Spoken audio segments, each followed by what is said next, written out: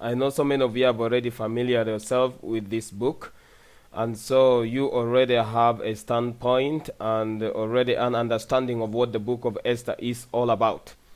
But tonight, I really want us to get to the introduction and be able to address a few things before we can get into Esther chapter 1. So today we begin our study officially on the book of Esther, and I am going to spend as much time as it takes in beginning an introductory overview. I had begun teaching on the book of Daniel, but now I have to jump and tackle Esther because of the season that we are right now in. Since next month, which will be Adar 2, we will be celebrating the Feast of Purim. And those of you who have already familiar yourself with the book of Esther, you already know what the Feast of Purim is really all about. So I would like just to begin today with a question, and that is, where does the book of Esther really fit in the Bible? I'm not going to bother you much by having you to answer this question, but I would like to go straight away and answer this question by saying that incidentally Esther chronologically fits in sequence right after the book of Daniel. The story of Esther is quite unique in the Bible, and as such it creates all sorts of interesting difficulties, as you will soon as we get deeper into understanding the book of Esther. The author of the book of Esther is really not known, but there are what I can say suspects, or many scholars have said in the past that they suspect Mordecai or Ezra to have been the authors to this book, but many scholars have never come into conclusion that it's really Ezra or Mordecai who wrote this book. So far, up to now, the author of this book is unknown. You can come up with so many themes that really you can draw out of the book of Esther, but one thing I would like to look at is as a theme is that the book of Esther brings out clearly that about a teamwork that shaped a nation. While the keywords you can look at incidentally are humility, independence, and the fear of God. You really see that coming out so much in the book of Esther. The book of Esther occurs in Persia. And the Persian Empire period we are dealing with in the book of Esther is often called the New Persian Empire, which actually began with King Cyrus in about 550 BC, and then extended to about 330 BC. So the end of Daniel takes place at the beginning of this New Persian Empire that is also called the Media-Persian Empire, actually, which begins towards the end of Daniel. If you can remember the dream that Nebuchadnezzar had in the book of Daniel chapter 2, you'll remember that there was a time that Nebuchadnezzar had a dream of a human statue that was so huge and that stood before him, and he called on his magicians, he called on the wise men to come and give him the interpretation of that dream. However, they were not able to give him the interpretation of the dream, and they were going to be executed because they were not able to give the interpretation of the dream. So what happened was, actually Daniel heard about that, since he was now among the wise men of Babylon. If the wise men were to be executed, that means Daniel was also going to be executed. As a result, he asked for permission to be able to pray and bring the interpretation of the dream. Yes, he was given the time, and he came and informed his prayer partners, that is Shadrach, Meshach, and Abednego, to pray with him concerning the interpretation of the dream. And so they prayed together, and God, the God of Abraham, Isaac, and Jacob, is the revealer of all mysteries. He is the revealer of all mysteries. There is nothing that is hidden in his presence. There is no dream that he can never interpret. There is no mystery that Jehovah God does not know. And when you become a seeker of the truth, a seeker of Torah, and a reader of God's word, wanting to understand all the precepts that he has given us in the scriptures, you become a person of wisdom that gradually will be able to understand these hidden mysteries that are right hidden within the Word of God, and even that yet many human beings are to dream. So I would like us at this moment to read the book of Daniel chapter 2, particularly to the portion when Daniel prayed and the Lord gave him the interpretation of the dream. And that is Daniel chapter 2, beginning from verse 37. Thou, O king, art a king of kings. For the God of heaven had given thee a kingdom, power, and strength, and glory. And whosoever the children of men dwell, and wheresoever the children of men dwell, the beasts of the field and the fowls of the heaven had he given into thine hand, and had made thee ruler over them all. Thou art his head, thou art this head of gold. And after thee shall arise another kingdom inferior to thee, and another third kingdom of brass, which shall bear rule over all the earth. And the fourth kingdom shall be strong as iron. For as much as iron breaketh in pieces, and subdueth all things, and as iron that breaketh all this, shall it break in pieces and bruise. And whereas thou sawest the feet and toes, part of potters, clay, and part of iron, the kingdom shall be divided, but there shall be in it of the strength of the iron. For as much as thou sawest the iron mixed with miry clay, and as the toes of the feet were part of iron and part of clay, so the kingdom shall be partly strong and partly broken. And whereas thou sawest iron mixed with miry clay, they shall mingle themselves with seed of men, but they shall not cleave one to another, even as iron is not mixed with clay. And in the days of these kings shall the God of heaven set up a kingdom which shall never be destroyed, and the kingdom shall not be left to another people, but it shall break in pieces and consume all these kingdoms, and it shall stand forever. For as much as thou sawest that the stone was cut out of a mountain without hands, and that it brake in pieces the iron, the brass, the clay, the silver, and the gold, the great God had made known to the king what shall come to pass hereafter. And the dream is certain, and the interpretation thereof sure. And then the king Nebuchadnezzar fell upon his face and worshipped Daniel, and commanded that they should offer an oblation and sweet odors unto him. So this was the interpretation that the Lord gave Daniel concerning the dream that King Nebuchadnezzar had. And so according to this interpretation, we see that Daniel actually referred to the kingdom of Nebuchadnezzar, which was the kingdom of Babylon, to be the head, which was actually the head of this huge human statue that the king saw in the dream. And according to the interpretation, the head was a head of gold, so strong and so beautiful, and was shining.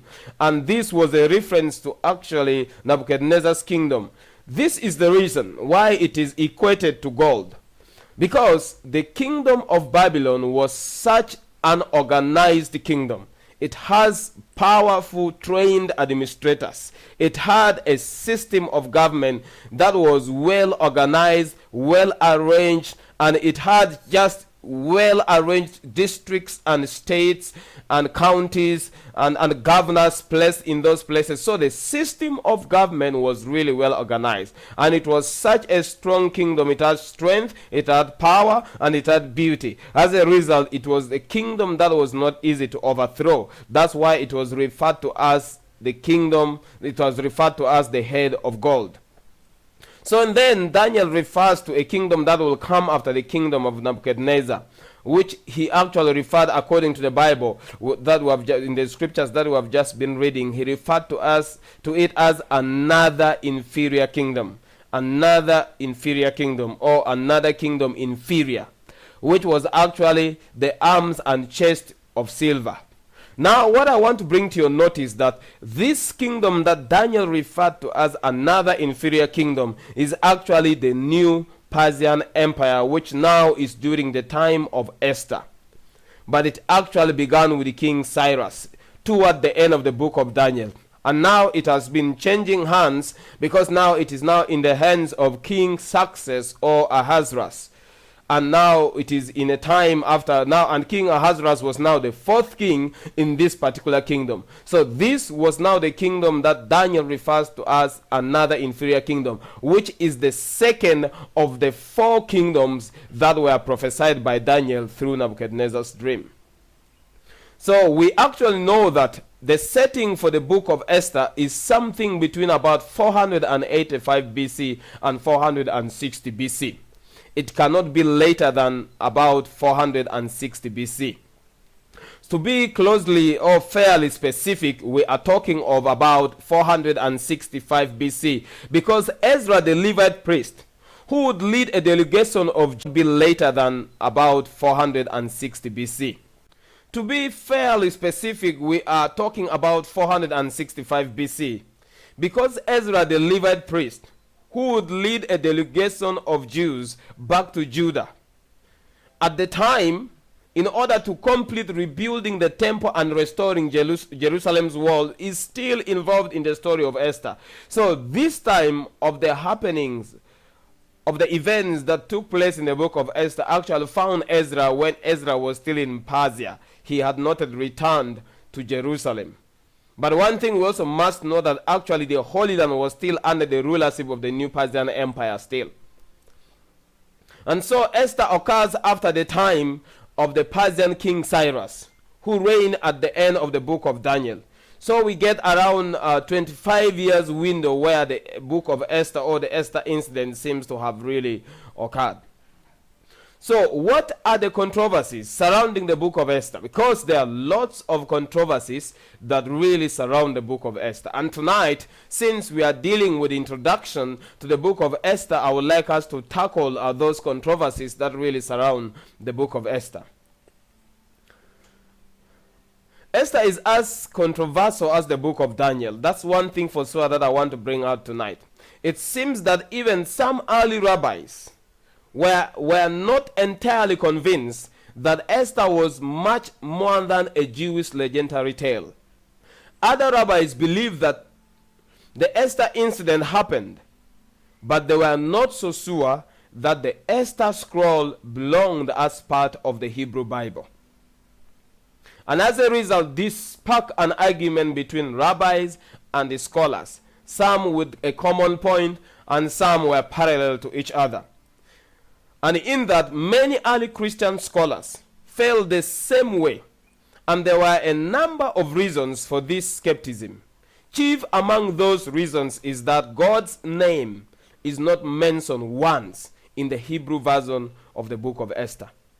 Another area of controversy with this book is that there are a number of versions of it, and it depends on your particular Christian denomination or a Jewish sect as to which one, if any, that you accept as authoritative or as even belonging as part of the Bible at all. So the controversies over this book are many, and will push you to a place where you have to ask yourself a question like, is this merely a Jewish myth? Is it possibly based on some obscure historical act? Because it has been overstated over the centuries that the best we could call this book is just as a historical novel. At the end of the day, you have to narrow down and choose to see God's handiwork in the whole process to determine your judgment concerning the book. Is it actually reliable, or a historical event, but perhaps not of the level of divine inspiration, to say, for example, like Genesis or the Psalms or the New Testament books? Might it have been written merely as an encouragement to give the Jews of the diaspora a sense that no matter where they were, the Lord would deliver them from their oppressors? Or was it written only as a means to explain why the feast of Purim existed? What can be agreed upon is that Esther is told as a story. The Bible is made up of many different kinds of literature, and that we know. In that we find that in the Bible we find poetry, we find narratives, we find history, we find parables, we find songs, and many more. However, there are scholars who have gone as far as saying that the book of Esther is merely a Greek comedy. But I think that is definitely going too far with the argument. And so, because it's a story and does not consist of a dire prophetic warnings from God, or the presentation of a system of divine laws to be obeyed, like in Exodus, or a treatise on how to properly worship the God of Israel, Christians and Jews hardly know what to really make of it.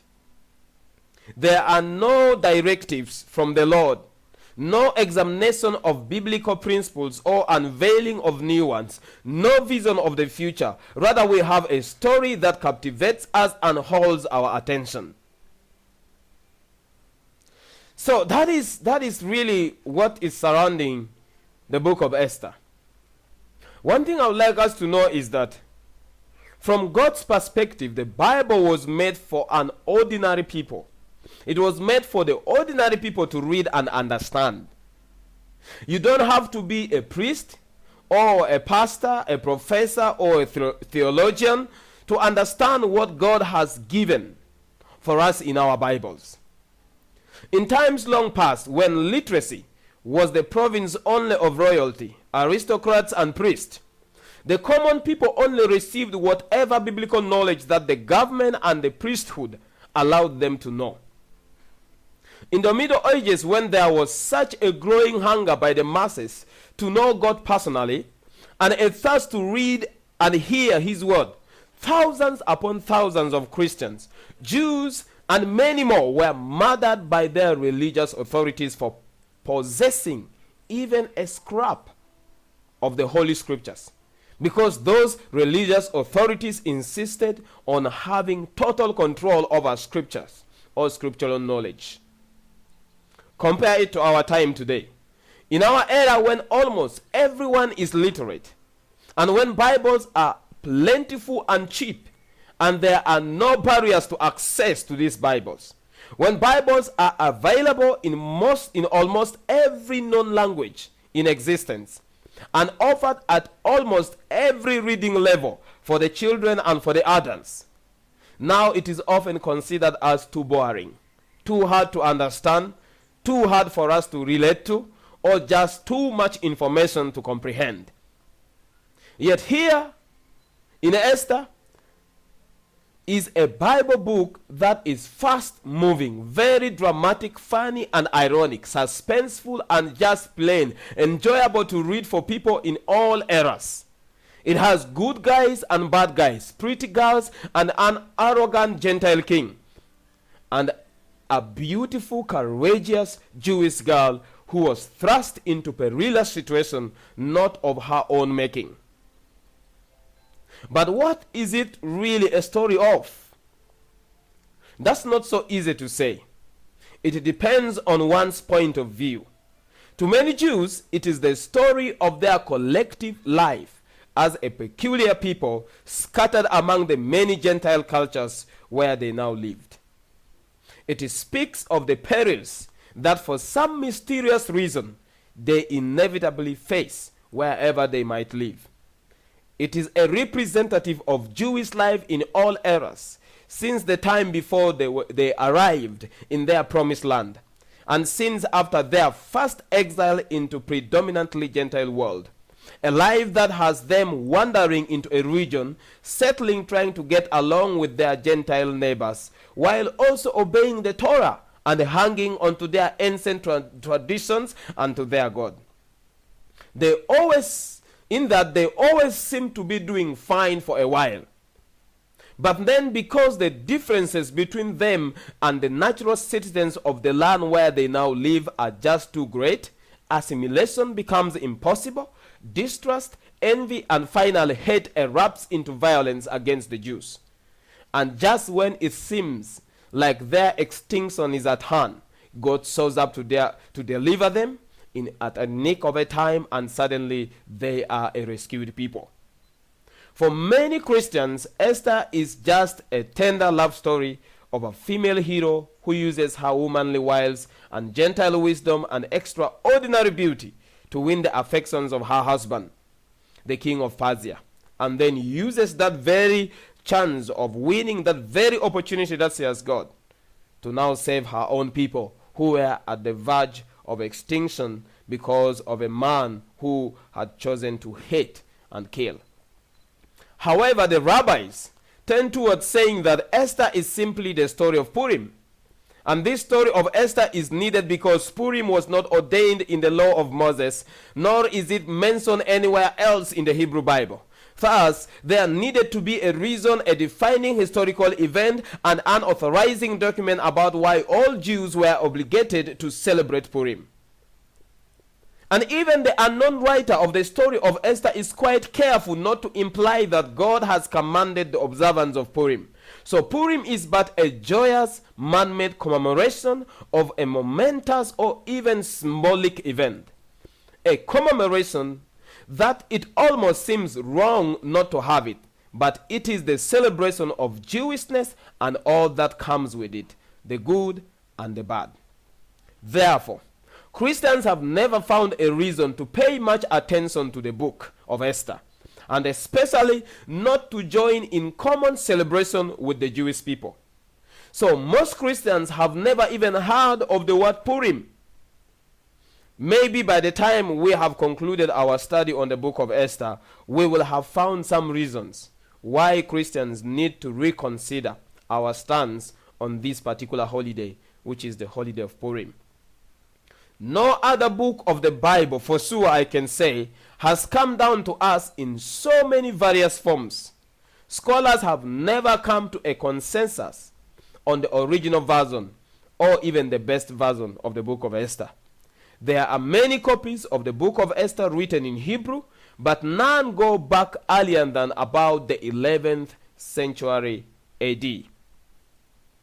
The good news is that because there has always been such a thorough attention paid to copying the Bible by the Hebrew scribes, there are almost no differences at all between the various Hebrew manuscripts of Esther or any other Old Testament book for that matter.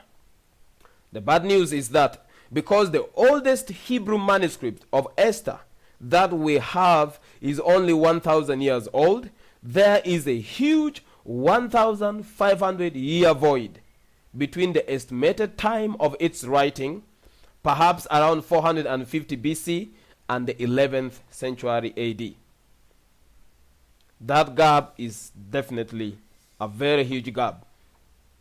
And that leaves a lot of questions open as to which of the several surviving versions of Esther might be truest to the original, if that even matters. Of course, there have been similar arguments for centuries concerning the entire Hebrew Bible, especially among the Enlightenment scholars, until they were at least partially silenced by the discovery of the Dead Sea Scrolls. Because the Old Testament copies in Hebrew that we had up to that point were like the book of Esther, not much more than 1,000 years old. But suddenly, we had large portions of the Hebrew Bible and in a few cases, complete scrolls of Old Testament books that were at least 1,000 years older than anything that was ever found and that was ever in our stores.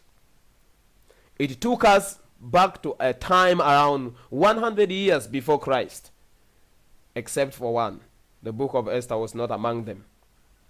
So Esther was not found among the Dead Sea Scrolls, not even mentioned, not a mention of it in the trove of community documents found along with the Holy Scriptures, as copied and maintained by the Essenes of Qumran.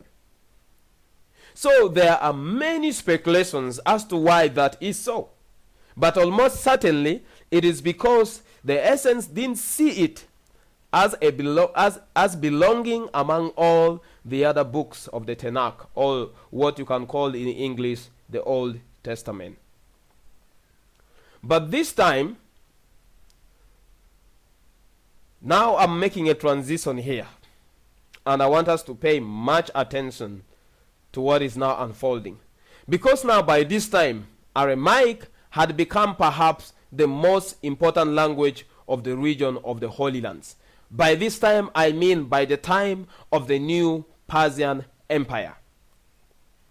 And because Aramaic and Hebrew are so closely related, there were a number of translations of Esther made in Aramaic as early as the 300 BC.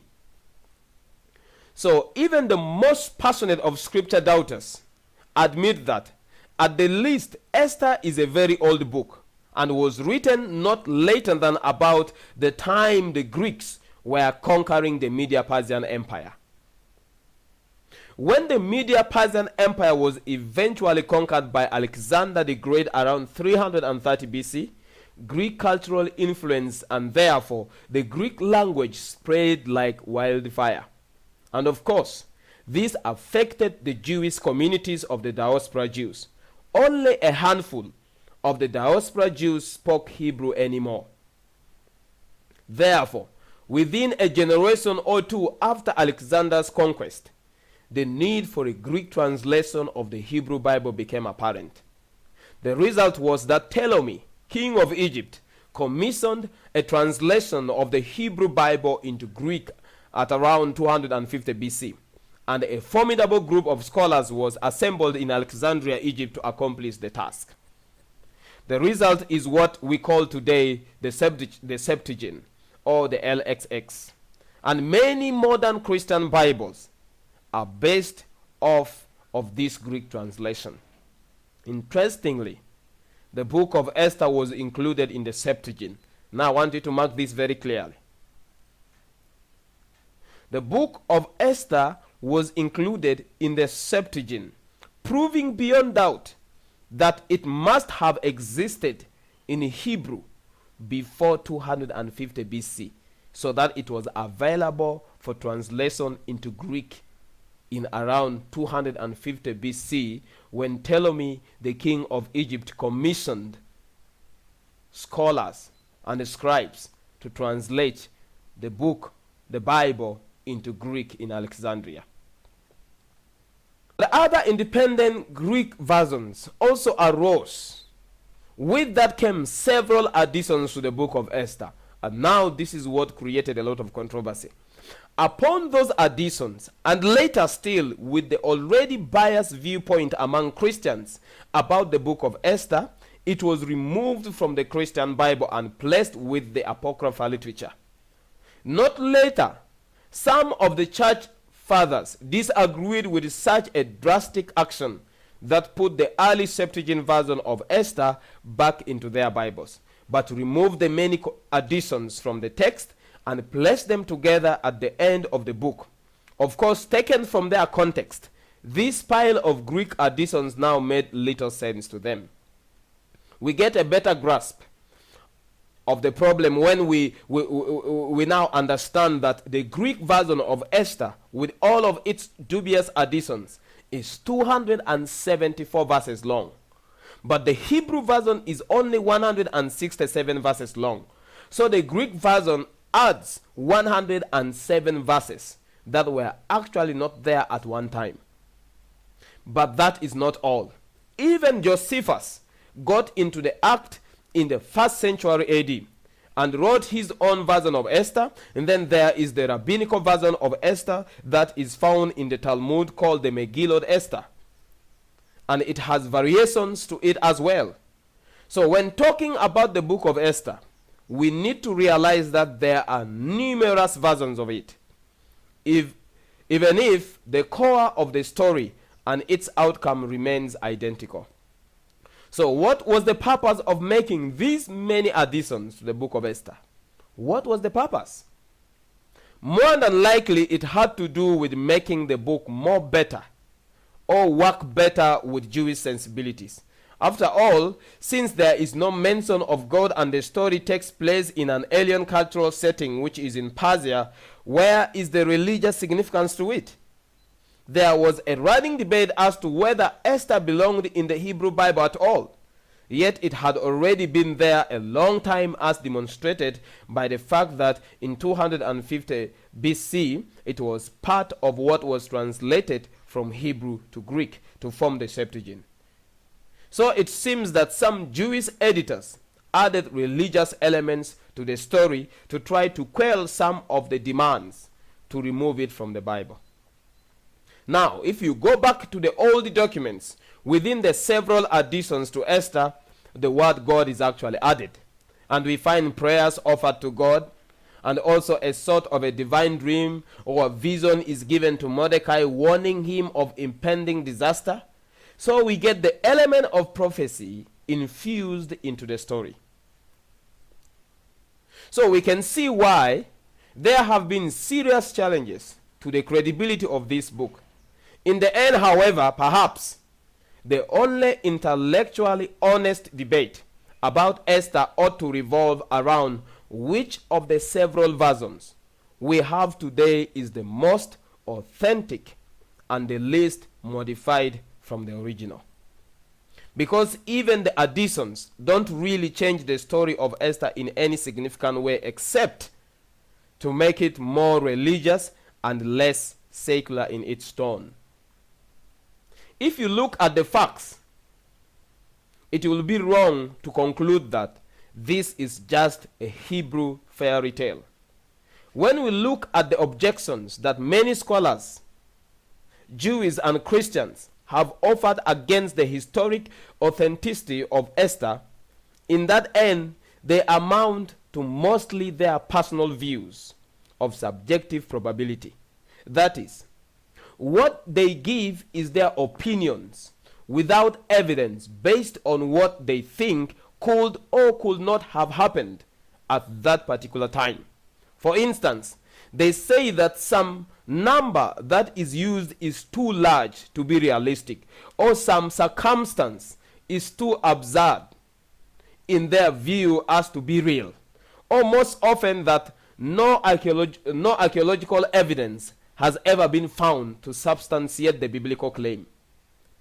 But it is not that there is some hard physical evidence that has been discovered that makes anything in Esther as false. Rather, it is that there has not been sufficient hard evidence in their minds to prove that what happens in Esther is true. And this is because for many of these scholars, the Bible is a suspect book from beginning up to the end. They are much happier, more enthused, and quicker to believe some record or declaration or oblique narrative in an ancient Assyrian or Babylonian document than they are with the Hebrew documents that form actually the Bible today. And usually their bottom line stated reason for this is that there is too much religion mixed with Hebrew history to count the Bible as reliable. The addition of spirituality makes the Bible useless because they don't believe in spirit in the first place. But even if that was a rational, reasonable position to take, it overlooks that these ancient Assyrian Babylonian records that they assume to be true and accurate also invariably called upon their gods, blamed the gods for military defeats or droughts, and they gained them credit for battle victories or good crops. And even not that, there's still more, that they even named their kings after their gods. So as it turns out, what these scholars have trouble with is anything with a Judeo-Christian historical background, not a religious historical background, provided it is a pagan, religious historical background. Further, the academic notion that all reliable history has to be backed up with archaeological finds or it is invalid is ridiculous on even its face. So the standard, we have practically no reliable history of any culture. At any time in the history of the world, when we look back upon any assurance or upon any happening, if we are to rely upon what really they are bringing out here, at the end of the day we will not have any history, we will not have any background to give. And that is why I am going to quote Dr. Kisa, who came up with 9 reasons as to why really the scholars have brought up a lot of arguments on the book of Esther. Dr. Kisa is a scholar, and he made few remarks as to why the scholars are knocking their heads over the authenticity of the book of Esther. Dr. Kisa made a list of 9 of the most common reasons that so many scholars, the majority of modern scholars, according to him, say the book of Esther is not historical, and yet there is nothing within the story itself that implies it is anything but real. And in his reason number 1, he quotes it from chapter 1 of the book of Esther. He says in chapter 1, a feast of 180 days was given for all the bigwigs of the Persian Empire. So scholars say that to them this amount of time is excessive and therefore can't be true. But we know that Success, or Ahasuerus, the king in the story of Esther, was constantly trying to conquer Greece. And so it is probable that this feast was mostly about a long time of diplomatic lobbying and strategic military planning. This wasn't about having a continuous 180 days banquet. Nor should we even take it that all the leaders were there at the same time, nor for the entire 180 days period. That is very clear to us. Number 2 point of Dr. Kisa, he says that in chapter 2, we are told that the virgin girls gathered up for the king of Persia to choose from a new wife are anointed with perfumes and oils for 6 months. And then their bodies treated with spice and ointments for another additional 6 months before they are brought before the king for the king to be able to choose a wife. Once again, this combined 1 year of preparation is dismissed as excessive and thus not believable by the scholars. Yet to take common girls from non-aristocratic families and train them in royal court decorum and protocols, and to heal their scars and blisters and blemishes, and to make them as beautiful and flawless as possible for the king to take a wife, or to take of them a wife. Surely, to take 12 months to do it is possibly the least amount of time imaginable to accomplish such a thing. Imagine just getting a village girl down in Masaka, bringing that girl right to the Kabaka's palace, training her to be the Kabaka's next wife. This is a girl who has been working in the garden, has endured pressures, has scars on her body, doesn't even know what it means to eat at the king's table. You know, it is going to take a long process to transform this girl from being a village girl to being a queen. We know that there's a say that we always say that it is very easy to get someone away from Egypt, but it is not simple to remove Egypt from that person. And that is the case of the matter here. It was not a simple task to make sure that these girls were ready within a period of 1 year for the king to choose from a wife. So the argument of the scholars that this was actually too much of a time really is null and void, and I personally don't agree with that, as well as Dr. Kisha. His point number 4 says that in chapter 1 states that a decree given by a Persian king is irrevocable. And this is seen by some academics and scholars that it is really unbelievable, because they said the Persian rules, the Persian regulations, the Persian laws were not irrevocable. But we have a proof of that. I've told you earlier on, right from the beginning, that the book of Esther chronologically comes after the book of Daniel. And so if we go back to the book of Daniel, in Daniel chapter 6 verse 9, if we read that scripture, it says that, "Now your majesty, issue this decree over your signature, so that it cannot be revoked, as required by the law of the Medes and the Persians." So here we even find that before the book of Esther came into play, we have already found it established already in the book of Daniel that the laws of the Medes and the Persians were laws that were not irrevocable. what can only happen is that another law can be issued to make it meaningless. And that was actually the situation, that was actually what happened during the time of Esther. Because Haman, through the king's ring, issued a decree that all the Jews were to be killed. And now, when it was discovered and Haman already went through his fate, another decree was issued to make the first decree that was issued meaningless. But two were still standing. And so now, people were mandated to kill the Jews, and yet the Jews were also now mandated to defend themselves. In his point number 5, we read that in chapter 3, we read of the Persians planning a year in advance to massacre the Jews and even letting them know about it. This, says scholars, that is too unlikely to accept. Now listen. The book explains that the date was set not by the king or the military general, or even by Haman himself, but by divination through the casting of lots by Persian priests. So, the lots would give the particular month and day that something was to happen. That is, of course, what was followed, lest the gods be upset and definitely all go wrong if anyone disobeys what the lords would have chosen. And since the king really wasn't much involved in the process, it was Haman that insisted upon and organized the attack. No doubt Haman was not about to back what the king's priest said was the date the gods wanted this heinous thing to really happen. While in his point number 6, chapter 3 says that Haman was an Agagite.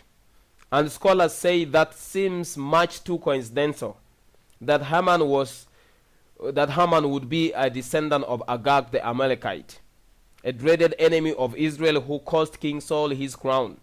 However, there is nothing in the verse that claims that this reference to Agagite has any relations whatsoever to do with the Amalekites.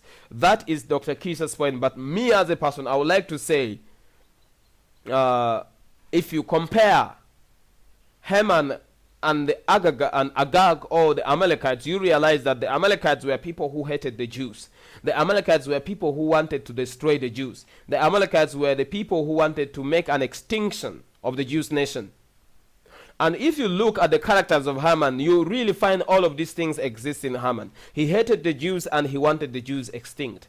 So you can realize that definitely Haman would have inherited such character and behavior from his ancestors, who were the Amalekites, and from his grandfather, who was actually Agag. So I really, at this point, want to agree that Haman definitely is an Agagite, and we are going to discover more as we get deeper into the book of Esther when we begin to trace his origin.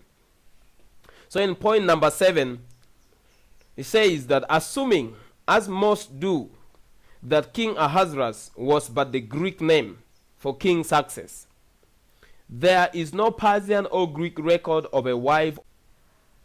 The scholars are saying that they agree with the fact that there is a king called Ahasuerus or Success. But they say that this king never had a wife called Vashti, but rather this king had a wife called Amestris. However, there is a good probability that Amestris is Esther, because linguistically Esther and Amestris are nearly identical words. So perhaps the records instead talked of Esther, not Vashti. But that still nullifies the argument, because that still does not carry water to prove the authenticity or the nullifying of the book of Esther. In point 8, scholars claim that although Success is certainly a historically identifiable name for a king of that period in Persia, that the name Mordecai is nowhere else known in the Persian records, and therefore it is just made up. However, that is this indigenous claim.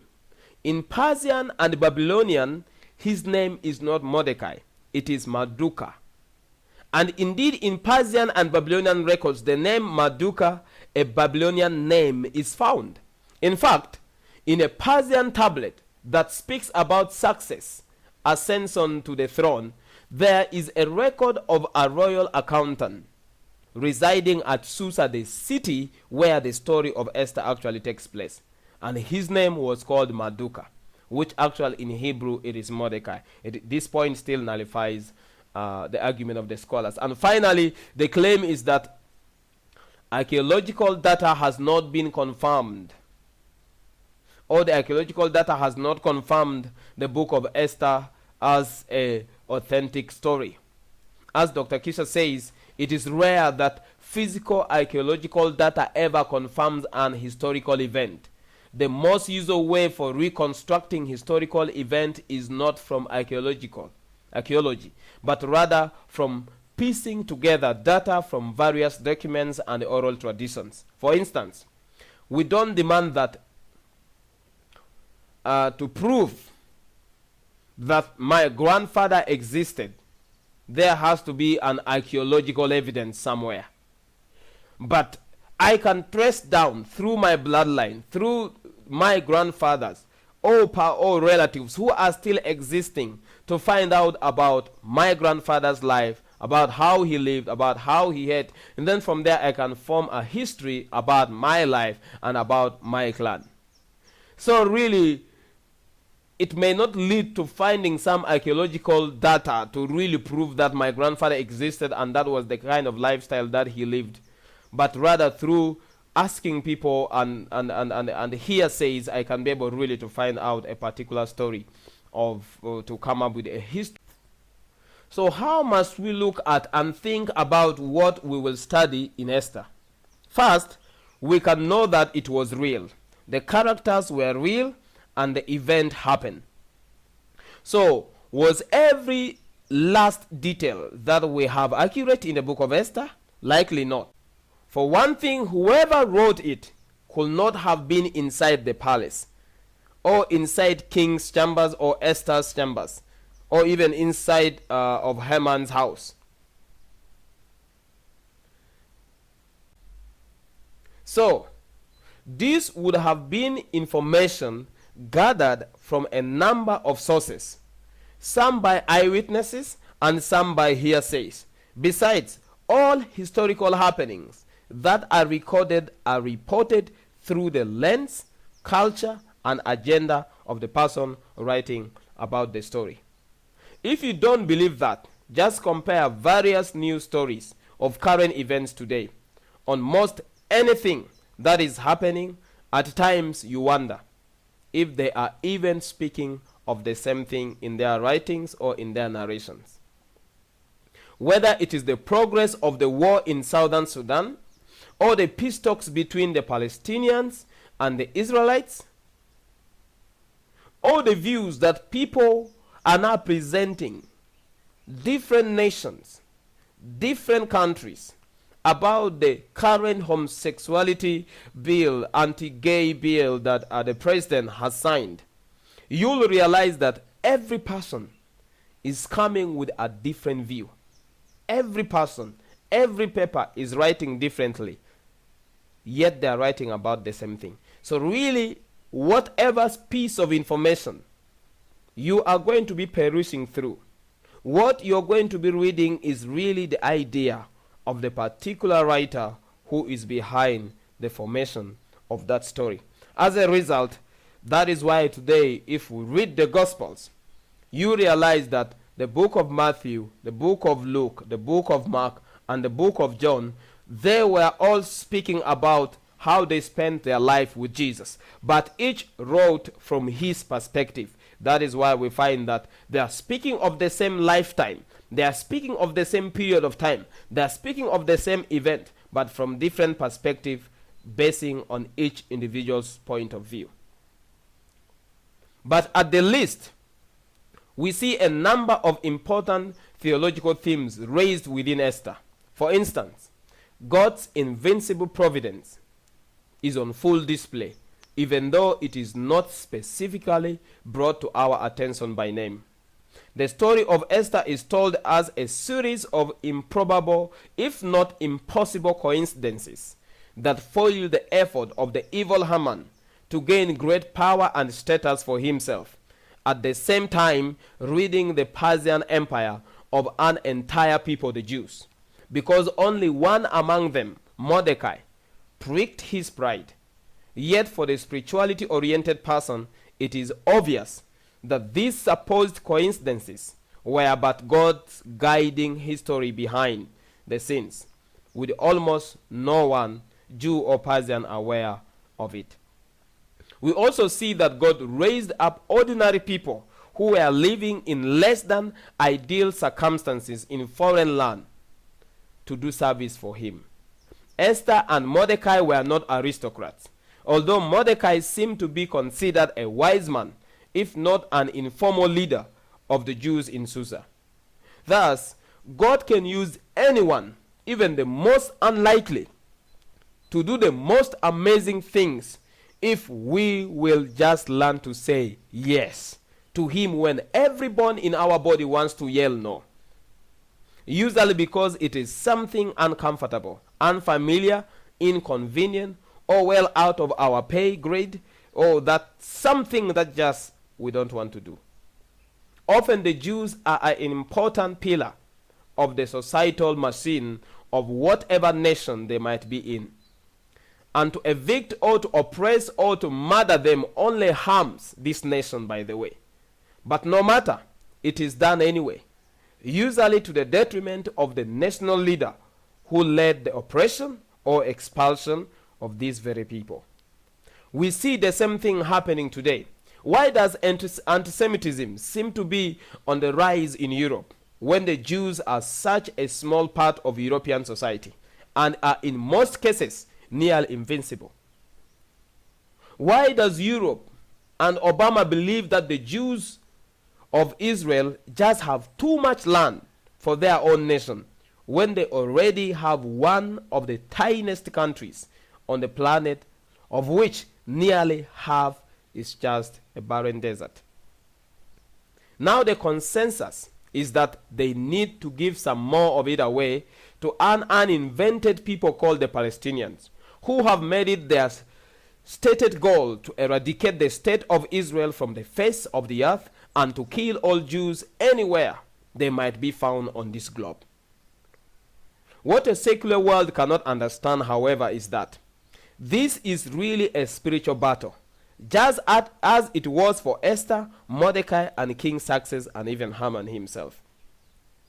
As we will soon read in Esther, it was only because Haman hated but one Jew, Mordecai, that he decided to hate them all, and not just personally, but he hated everyone to the point that the Jews will no longer exist.